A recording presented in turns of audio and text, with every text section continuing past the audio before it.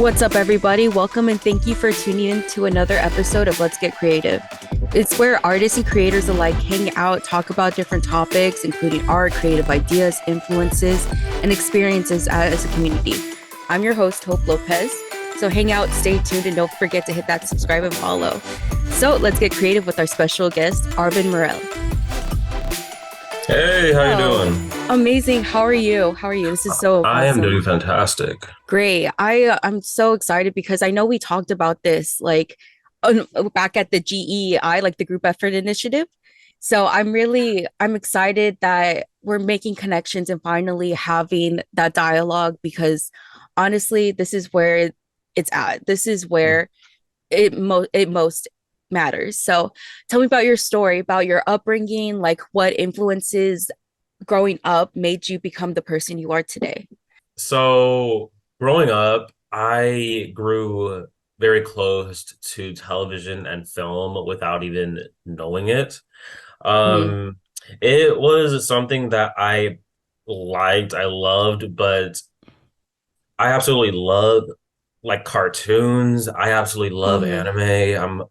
I Mm-hmm. I wouldn't consider myself a weeb, but I absolutely love it, and I love movies. And every time I watched Yeah. a movie or cartoon growing up, it was something different. It was something like just out of this universe. Like I was attached to the TV. I was attached to the screen, and I felt like I was actually in whatever I was watching at the time.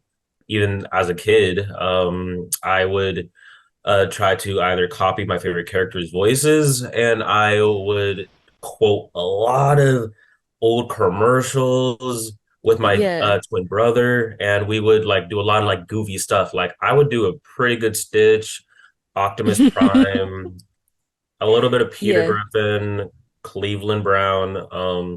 We would just be crazy about it, but it was just something that again I never thought I saw myself doing or saw myself like doing that as a career or as a job because Yeah. growing up I had a military dad, Marines, and Mm-hmm. total respect for him and what he did, but Mm-hmm. he's not as animated as me. So it I was a get little you. of it was a little bit of a struggle to connect, communicate how I felt. And when he said, if you want to do whatever you want to do, yeah, sure, go ahead. And like, I mean, like, okay, but like, it just Yeah. didn't, it just didn't feel as big of an impact when I was in middle school at Roosevelt Middle School. Mm-hmm. That was the turning point for me because I clowned around with my friends so much that I would make up a lot of voices. I would act out, and my teacher would even say like, "Oh my gosh, Arvin, you should go into acting." And I'm like, "Okay." Uh, You're like I validation. exactly the only Yeah. validation I got was through school. So Yeah. it was that reinforcement and that encouragement that really pushed me into high school. I did drama. I did the drama Yeah. club and drama classes, but then when I again in high school, I didn't get that reinforcement from my family. And Mm-hmm. when I was doing my drama club, when I was doing my drama classes, they did, yes, okay, yes, I did struggle with memorization at the time. I did struggle with like reading, but I got better. And I kept on having that like second guessing, like, are you sure you want to Mm-hmm. do that? Um, yeah, and then I was curious because I'm just like I've noticed a trend within um communities of color where it's like okay, my dad is mostly like he is the same way of like you're a starving artist, you need to find a more stable job, otherwise it's not going to be sustainable. And Exactly. it comes from a fear of like us failing as they're worried and they're concerned, but at the same time we're adults, we are able to have a vision, take the steps that you need to take over there and then complete it. So I totally hear you. It's a common thing where it's like, oh, we're not being validated with regards to our dreams and our actions and, speech and stuff.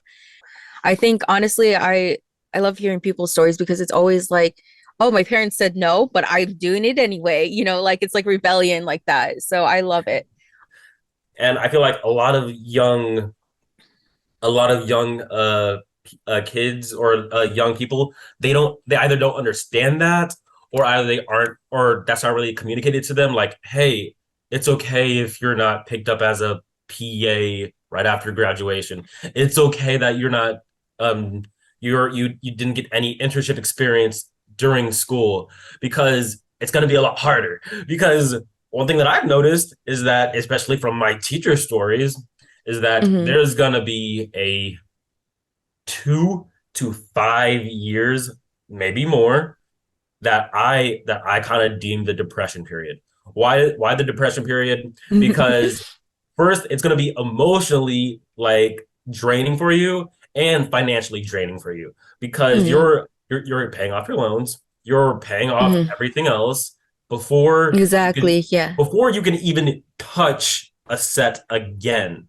You have to save all that money so then you can be well off later. So then, hey, I'm gonna stop becoming. I'm gonna stop being a receptionist. I'm gonna be stop being a server now, and I have enough money saved up so then I can at least go on set for 5 months now, and pray to God between those 5 months, like, Same, hey, dude. can I either get in a union, or at least find consistent projects to find money now.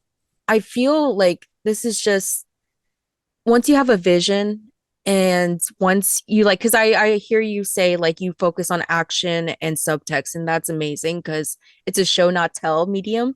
It's a Yes. very like it's a very like gather the context clues in order to figure out the whole story. So Hmm.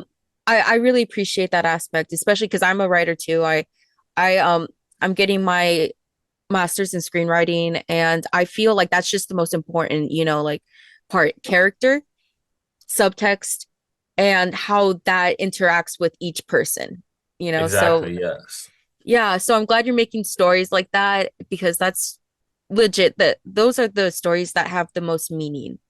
As far as like what really influences my work, a little Tarantino, Wes Anderson, Edgar Wright, those type of directors slash writers.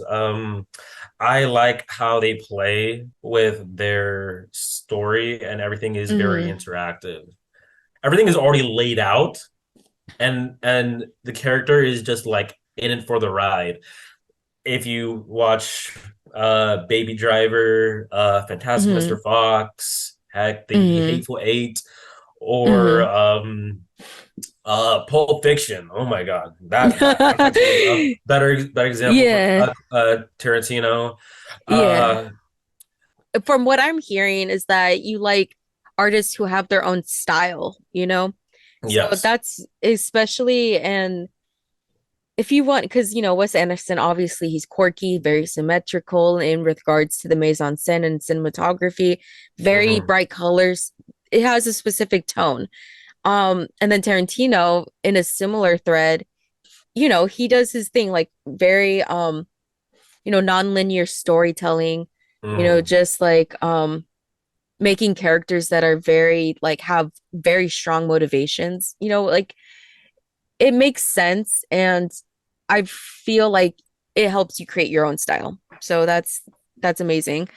I honestly I feel this conversation's great. I really love hearing about people and just like what really like inspires them because it's just the point for us to spread the positivity. And so what would you say your mission statement is? I know like some people like want to go in the industry again for just ego, money, fame, blah blah blah. But with regards to like what is your mission statement with regards to like trying to be a creator within the industry? Okay, so my interview answer is, oh, I want to get an Emmy. I want an Oscar so I could bring to the company, and like, oh yeah, Yeah. I want to be influential, and make a Yeah. statement in the entertainment industry. That is my interview answer. That's my interview Yeah, answer. no, it's do you I want to hear both. My Yeah. my my personal answer is like, shit. Like, I'm sorry, you can cut that. But It's okay. Don't is worry. that like I just want to do what I love. Like at the end of the day, like I just want to eventually I would like to either act, script write, like create some of my stories and voice act all of my like projects that I have on the back burner right now. Like that Yeah. is literally all I want to do and make money while doing it while also working on a film set. That's literally all I want to do. Like if like I don't yes, I do care about like it would be awesome if I had my own series and my own feature length that it was eventually made. But at the same time, if it doesn't get made, I'm not gonna get too mad because I'm just happy to just do what I want to do, you know? And I'll Yeah. enjoy the stuff that I'm already doing. So yeah, How does representation affect you personally, and does it influence your work in any way? it is a growing thing that is slowly becoming a part of me where I would like to have a little bit more of Black representation in my content because at the end of the day, we should lift a lot of each other up at the end of the day because those are the people who are really going to give you your first foot in the door, and those are the people who are really gonna really care. Like, hey, this person is good at what they do. Hire them, and Yeah. they will give you that job. For me internally to be a little bit more aware Hmm. of like I'm following more Pan African communities as far as Yeah. the PFF on Instagram, and because they just had their Pan African like film festival just recently, and I wish I could have gone to that. Okay, last, any positive messages before we end you want to send to any other people, or like you some insight they should know about you? For people who are either interested in writing or the entertainment industry, the one annoying thing that I know you don't want to hear is that it is always about the journey. It is always about the journey, and no one is going to help you more so than the friends that you surround yourself with.